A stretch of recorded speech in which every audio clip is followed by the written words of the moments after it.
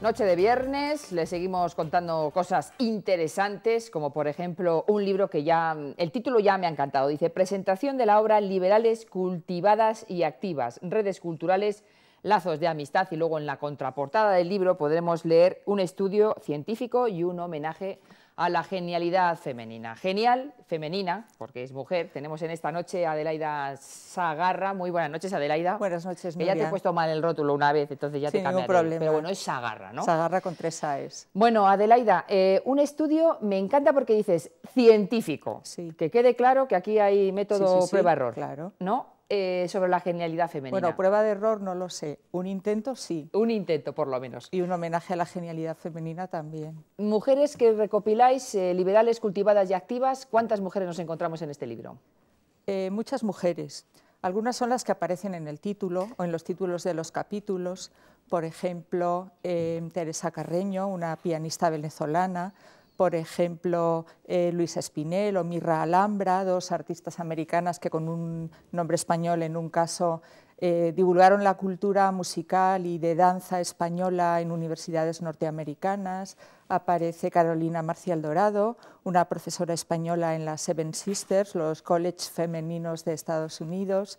Aparece Mildred Adams, aparece la duquesa de Atholl, que con esto, mujeres Elizabeth Rathbone, de muchas y Lea diferentes Manning. líneas de actividad, ¿no? Sí. De todos modos, quería añadir que unas son las que aparecen en los títulos de los capítulos porque de alguna manera nuclean el tema, pero hay muchísimas más, efectivamente. Y quizá pues, lo más interesante de este estudio es que muestra a un grupo de mujeres de diversas nacionalidades, posiciones sociales, políticas, e incluso de diversa formación, algunas son académicas, otras son autodidactas, que en un momento concreto son capaces de dejar de lado sus diferencias ideológicas para apoyar causas que les parecen de justicia humana, en algunos casos, por ejemplo, el sufragismo, las víctimas de la guerra. Es decir, hay una inquietud que les lleva a dejar de lado las diferencias y entra esa genialidad de saber detectar las necesidades humanas y tratar de resolverlas. Adelaida, cuando hablamos de estas mujeres tan importantes y hablas de esos lazos culturales, lazos de amistad, ¿tienen alguna especialidad los lazos de amistad que se crean en el género femenino? ¿Rasgos distintivos? Yo diría desde este estudio, porque me haces una pregunta pues, que es un interrogante muy general y sí, probablemente cada uno desde nuestra experiencia podríamos decir cosas diferentes. A mí me ha sorprendido mucho la rapidez con la que son capaces de organizarse, implicar a otras mujeres, y eso sí que me parece netamente femenino, es decir, no esperan pues, resoluciones institucionales pues, gravosas o lentas, sino que se ponen en acción rápidamente. Algunas, como creo que te he dicho, porque ya no sé dónde cuento las cosas, proceden del sufragismo organizado y eso ya les da como una facilidad para entablar rápidamente relaciones personales y luego comparten muchas cosas. Y de alguna forma sí, es como esa agilidad y ese no plantearse la duda de si esto me compensa o no, sino entrar de fondo a aportar soluciones. Actuar. Sí, son resolutivas. Son resolutivas. Cuando nos gustan las personas proactivas, resolutivas, estos términos que ahora están en boga y se llevan tanto, ¿cómo lo utilizaban ya mujeres hace mucho tiempo, ¿no? Evidentemente, eso es algo característico, creo, de la naturaleza humana y muy especialmente de la genialidad femenina. ¿Quiénes forman parte de este estudio científico que es un homenaje a la genialidad femenina? A mí me gusta plantearlo de una manera doble. Por un lado ellas, las mujeres protagonistas, y por otro lado nosotros, las mujeres autoras, y no solo mujeres, en nuestro grupo de investigación y en nuestros proyectos obviamente también hay hombres, aunque en este libro todas somos autoras. De alguna forma siempre que he hablado de este proyecto de investigación que ahora nos ha llevado a este tocho, sí, pues, por 700 hojas me gusta de genialidad. Precisamente presentar esta idea. Ellas fueron una red cultural, pero han logrado que en el siglo XXI mujeres de distintas generaciones, forma de pensar, de posiciones feministas diferentes, etcétera, hayamos conformado una red cultural. Y eso es lo que está condensado en ese libro, la red que ellas hicieron y la que han causado unas cuantas décadas después entre nosotros.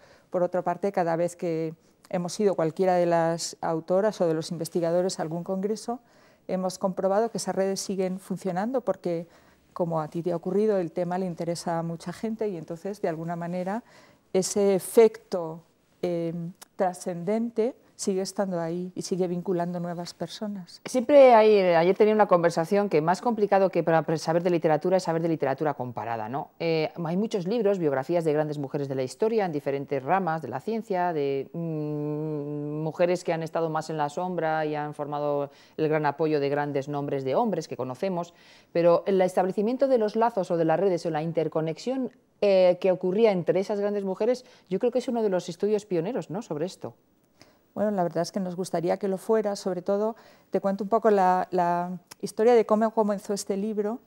Matilde Olarte, que es la investigadora principal del proyecto de investigación, estaba investigando sobre un plan de folclore que Archer Huntington quiso financiar en Estados Unidos para investigar el folclore español, haciendo trabajo de campo aquí en España. Estamos hablando de los años 20, ¿Huntington 30. tiene algo que ver con el famoso Huntington? Sí, sí. No, con Samuel Huntington no. Vale. Es el de la Hispanic Society of America. Ok. Entonces, Matilde Olarte va a Nueva York, empieza a tirar de los fondos que se guardan en el Lincoln Center y ahí aparece una documentación que se centra en una mujer, Irene Levison, a partir de la cual empiezan a aparecer los nombres de otras mujeres. Tirando de esos nombres que en primer lugar pues eran eso, para mí prácticamente nombres, empiezan a aparecer esas redes que de entrada aparecían solo entre los Estados Unidos y España y de pronto entra también el Reino Unido y aparece, pues digamos, la sociedad del gran mundo. O sea, algunas de estas mujeres, no todas, podían ir a escuchar un concierto a Berlín y después a un evento cultural en Londres, podían desplazarse a Nueva York, otras no, entran en estos círculos desde su profesión liberal, digamos. Entonces, de alguna forma, creo que ahí sí, algunas de estas mujeres ya eran conocidas, pero esta idea de las redes culturales entre España y Estados Unidos, más allá de lo que es el arte o la compra de antigüedades o la actividad de la Hispanic, que eso sí que es algo conocido, pues aparece aquí y creo que sí se puede considerar en ese sentido algo pionero. Porque a veces establecemos relaciones mercantilistas, de intercambio, pero estas son, como son más sutiles, son más difíciles de detectar, ¿no? Imagino que haya sido uno de vuestros momentos más duros. Sí, porque hay cosas que no se pueden medir. De hecho, yo creo que lo digo en la introducción. Los historiadores trabajamos con fuentes y de alguna manera los documentos consignan algunas cosas, pero luego hay una economía de las cosas que no se ven. Pues Ortega en esa época hablaba mucho del apetito de virtudes, pues actos de generosidad. Algunas de estas mujeres se jugaron la carrera política por defender ideales humanitarios o tuvieron que sufrir pues determinadas críticas y sin embargo pues efectivamente están ahí, ¿no? Actuaban, con lo cual eran criticadas, lógicamente. Y elogiadas. Mencionamos a tu equipo, ese equipo que forma parte de la genialidad, este estudio que forma parte de un estudio científico y un homenaje a la genialidad femenina que tanto me ha gustado. Fabiana Sanz, también Matilde Olarte, que ya la mencionabas, Judith Elvia, Carmen Losada, María Isabel Guejo Santos, Aránzuzu Díaz de Regañón. La mayoría de ellas, bueno, pertenece al proyecto de investigación y desarrollo, ¿no? Porque, bueno, hemos de decir que tú eres profesora de la Universidad de Burgos. Sí. ¿La primera vez que haces un estudio de estas características? Sí.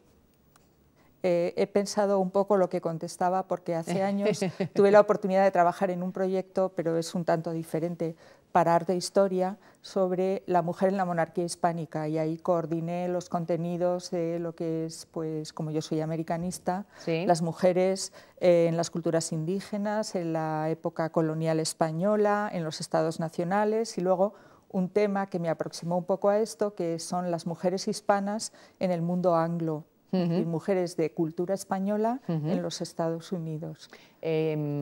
Cuando estamos en momentos en los que la situación de expresión, de libertad de expresión está tan... Bueno, hay que mirarla, cogerla con pinzas, ¿no? Saber bien cómo se habla, lo que se habla y dónde se expresa uno. A los hechos de hoy mismamente me remito. Estas mujeres que actuaban estarían miradas con lupa, si lo estamos ahora, antes muchísimo más. Bueno, ese es el riesgo de la libertad humana y forma parte de esa genialidad. No pienso que ninguna de ellas pensara que hoy, pues tantos años después, en un lugar como Burgos, estuviéramos tú y yo y pues todo Burgos, que espero que nos esté viendo, sí, hablando de ellas. Probablemente pues trataron de hacer lo que les correspondía desde la formación que tenían y un poco desde esa educación en las artes liberales y las humanidades, porque el título del libro no es tanto, no alude tanto al liberalismo político como a esa formación liberal, a esa educación liberal, que es un tema que en los años pues 30 y 40, incluso 50 del siglo XX en Occidente se plantea intelectualmente, ¿no? Cómo ante una sociedad o una democracia de masas podemos no perder la esencia de la excelencia, pues a través de una educación en las humanidades. ¿Se valora la excelencia o se castiga la excelencia? Yo creo que ambas cosas. Es como una doble cara, ¿no? Siempre hay quien admira y siempre hay quien envidia. Ante eso, pues obviamente creo que la mayoría de estas mujeres, no solo las titulares de los capítulos, sino todas las que salen en el libro, fueron capaces de esgrimir sus posiciones con libertad interior, conscientes de que, ante todo, las decisiones son un tema de conciencia, entonces luego tendrán o no unas repercusiones sociales, pero así tira la historia, digamos. Adelaida, presentas el libro el 8 de marzo. Sí. Tendrá un porqué claro. Tiene dos porqués. El primero es un homenaje a la genialidad femenina, es el día 8 de marzo. Y luego sí quería pues, explicar por qué hemos buscado la estación como espacio para presentar el libro. Y es que, de alguna forma, en la introducción pues, contamos, ¿no? Bueno, cuento yo en nombre de todas cómo nuestra, digamos, ciudad nuclear de investigación ha sido Nueva York. Y en 1925 se publica en España Manhattan Transfer y John Dos Passos hace de esa estación como una imagen de una ciudad donde se cruzan muchísimas vidas, muchísimas veces anónimas, que en algunos casos triunfan y en muchos casos pues, prácticamente fracasan. Y nosotros hemos dividido los capítulos del libro en una línea espacial y hemos querido, frente a esa idea del trasiego incontrolado de anonimatos que se cruzan, determinar tres espacios donde las personas pueden pararse a dialogar, que nos parece que es la filosofía que tenían estas mujeres. La Plaza Mayor, que es como ese patio de patios de cualquier ciudad española, la Quinta Avenida en Nueva York y Trafalgar Square en Londres. ¿Por qué la estación? Porque nuestra estación, la antigua estación de Renfe, se ha parado. Se ha convertido en un espacio de diálogo y por eso nos parecía bonito y muy en sintonía con el planteamiento que hacemos el buscar un espacio emblemático, es decir, parte de la genialidad femenina consiste en detectar la necesidad y para resolverla es preciso poderse parar a dialogar.